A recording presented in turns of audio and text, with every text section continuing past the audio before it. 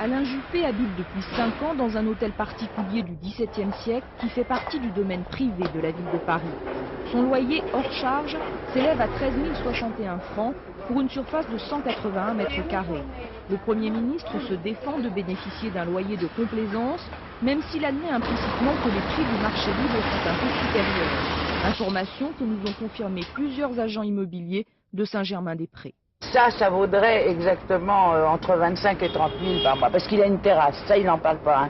Et ça, la terrasse, c'est un élément formidable de plus-value pour un appartement. Voilà. Aujourd'hui, c'est certain que si on prend la référence loyer, l'observateur des loyers, qui est courant, Jacob, place Fustenberg, est moindre.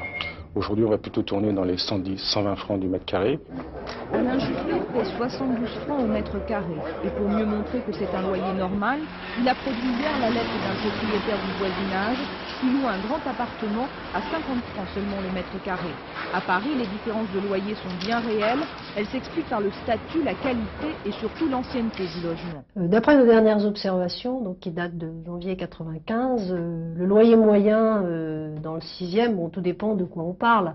Si c'est d'un logement qui vient juste d'être loué, c'est 83 à 90 francs du mètre carré. Si c'est un logement qui est occupé depuis 10 ans, ça peut descendre jusqu'à 65 francs du mètre carré.